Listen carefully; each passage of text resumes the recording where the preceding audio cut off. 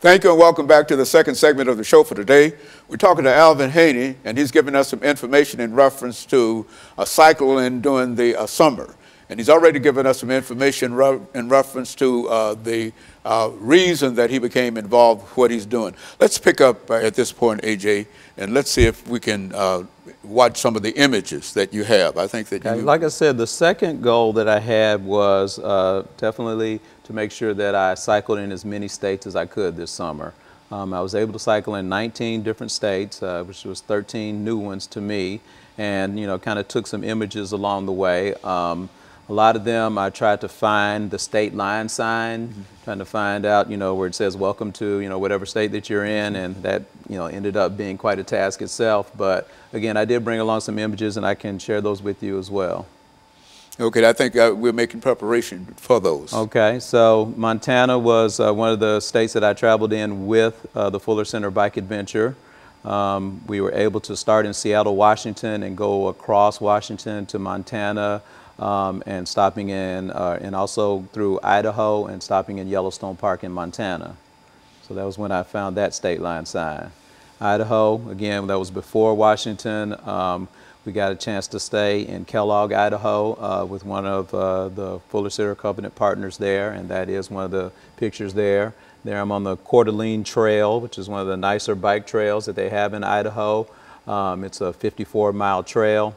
We had to do a lot of climbing on our bicycles. We had to go up a lot of mountain passes, and this is going up Stevens Pass on a very cold morning in the state of Washington. The climbing aspect of cycling is not something I'm very good at, but I'm learning to love it. This was our starting day in Washington, Seattle, Washington, kind of overlooking the landmarks there and starting there at the ocean in Seattle. They are actually traveling from Seattle, Washington to Washington, D.C. And as I said, I chose to only do 2 weeks with them. Getting out to Washington State, of course, I had to go through a few states. I had to travel through Oregon, so stopped in Eugene, Oregon. I had to stop in Sacramento, California, and I did some cycling there. It was another state that I was able to cover. I went through Las Vegas, Nevada, and this is one of the landmarks in Las Vegas as I cycled with one of the local clubs there.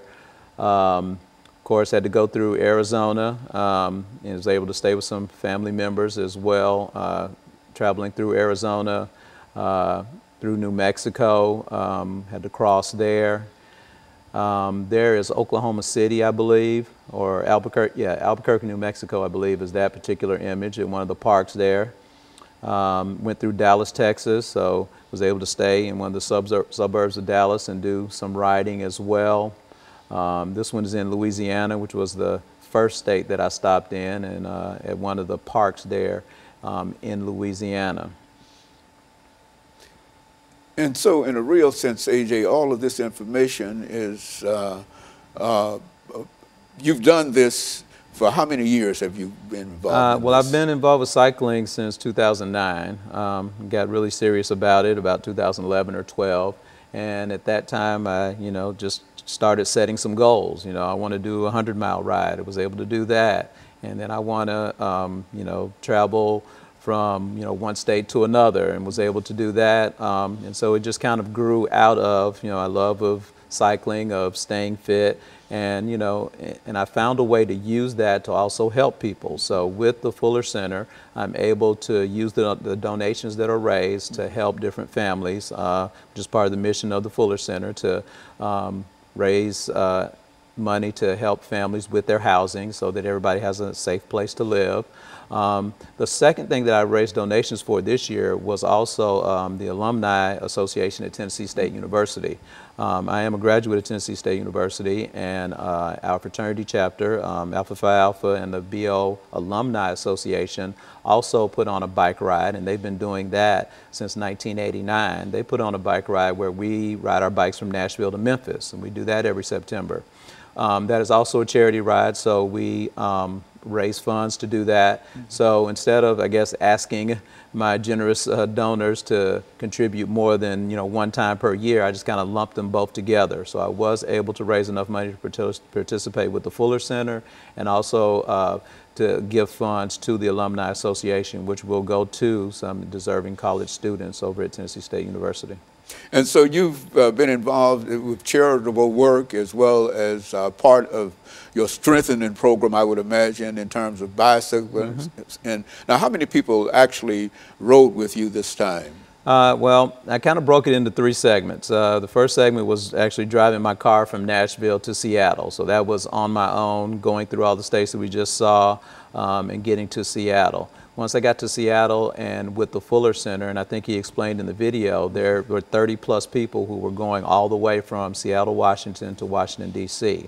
And I participated in the first 2 weeks of that, which, was the one that had really the most participation throughout all the segments that they're going to do. They break it into 9 one-week segments. So I did segments 1 and segments 2, going from Washington and then going into Idaho, and then the second week going from Idaho and into West Yellowstone, Montana. So approximately, 30+ people who are going the whole way, but at any point during any week of the segment, there could be 40 or 50 people with them. And so people become involved with this, and it plays a very, very important part in what you call charitable work that the Fuller Center does. Right. I understand that you need funds in order to keep this activity going and Yes, in order definitely. to support this. Talk about that fundraising aspect The of it. donations go towards the national organization, the National Fuller Center for Housing, but there's also a local organization. We do have the Middle Tennessee, what we call a covenant partner, which is one of the local chapters. So the Middle Tennessee Fuller Center for Housing is where all my donations went. Each cyclist gets to allocate the funds to whichever local organization they would want to. So with there being covenant partners all over the country, of course I chose the one that most affected me and back at home.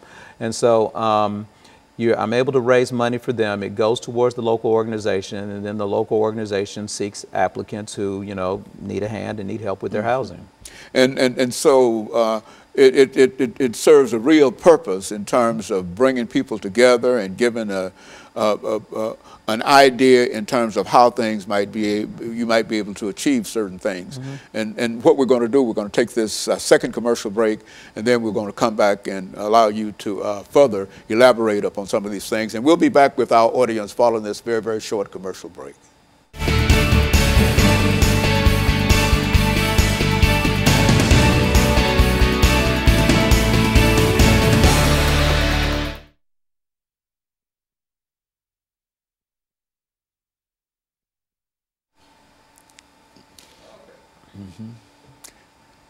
And so we can go right into this? Yeah. Well, he's going to give you a 2-minute break. And then Okay, then. That sounds good. just remember to try to keep your body turned towards the camera, because you got Towards that camera? straight on Mr. Haney there. Okay, got it. You got it.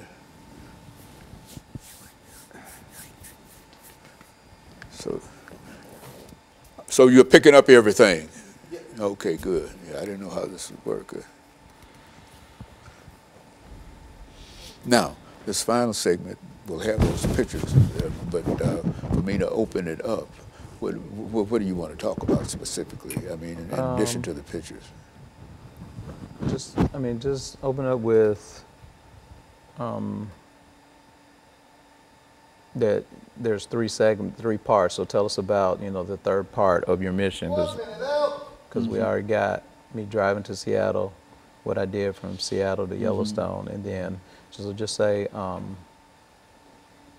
tell me about the third part of your bicycle adventure. Which is what? What do you call it? Which is basically just driving from Montana, getting from Montana and back home. Montana and back home. 30 seconds. Bicycling out west. What is it? Summer cycling adventure. Summer cycling adventure.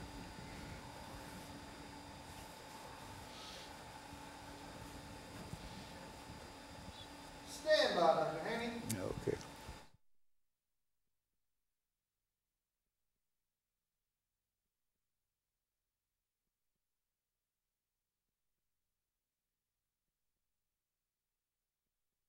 Thank you and welcome back to the final segment of the show for today. We're talking to Alvin Haney, and he's giving us some information in reference to some of his summer cycling adventure.